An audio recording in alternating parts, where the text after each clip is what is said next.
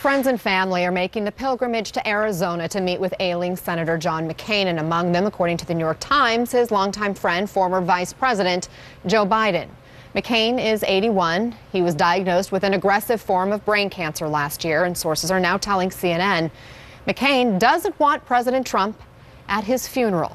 I want to bring in CNN political analyst and New York Times national political correspondent Jonathan Martin. Jonathan, thank you for being with us. What do you make of McCain's wishes concerning Trump not being invited to his funeral?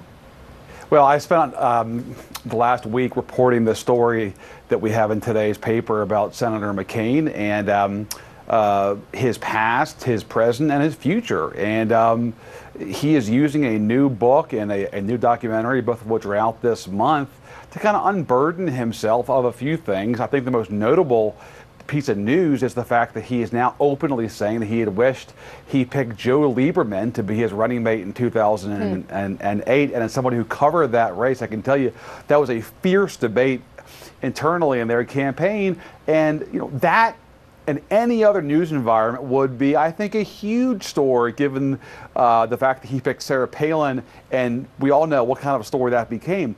But of course, we are not in a typical news environment. We are in the Trump era. And so the sort of big story out of this weekend is the fact that, as we reported in the paper today, Senator McCain and his family have indicated that they don't want, as of right now, President Trump to come to his funeral services. And all of us, of course, hope that that day is a long way from today. But there are, of course, plans in place, and those plans include Vice President Pence as of right now, but they do not include President Trump. And this shouldn't come as a huge surprise to viewers who kind of know that they have clashed, that President Trump has never apologized or even issued any kind of regret for his comments about Senator McCain's POW status that he made, saying that Senator McCain is not a hero because he was captured. So, you know, not a huge surprise, but it sort of does speak to where we are when the sitting president is not wanted at the funeral someday of probably the most prominent member of Congress today. And not to mention a member of his own party. When you talk about making these funeral plans and the details being ironed out, I mean, that doesn't sound good regarding McCain's health. What is the reality of his health battle right now? Well, look, obviously he's facing a grave challenge. He has an aggressive form of brain cancer, as you mentioned. And the challenge he has, it's not so much the brain cancer, as friends and family of folks who have had this diagnosis can relate to.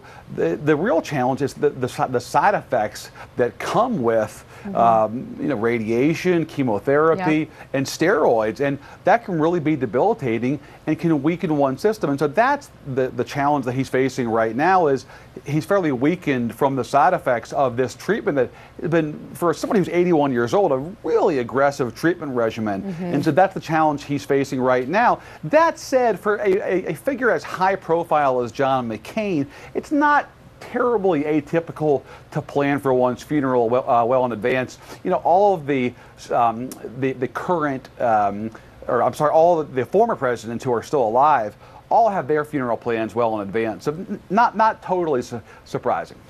Now, you spoke with former Vice President Biden, I did, who went to visit McCain exactly a week ago. What did he tell you about their conversation? Well, they spent a couple of hours at Senator McCain's ranch, which is in northern Arizona, a bucolic part of the state.